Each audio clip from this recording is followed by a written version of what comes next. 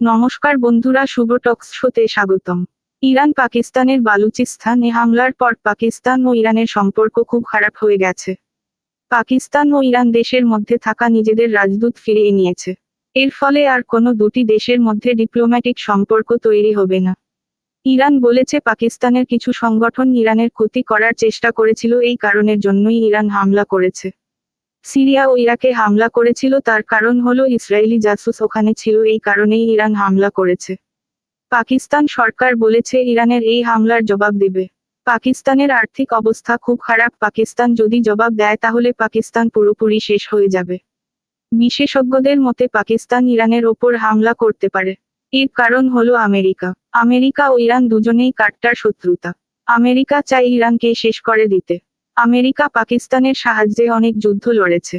পাকিস্তানকে সামরিক অস্ত্র ও আর্থিক দিক দিয়ে সাহায্য করে ইরানের উপর হামলা করবে।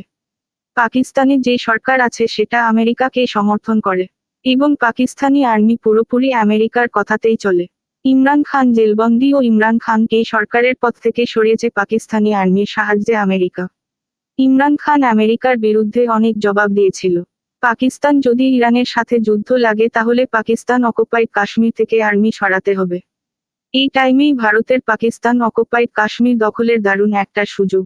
ইরান ও ভারতের সাথে একসাথে যুদ্ধ করতে পারবে না পাকিস্তান।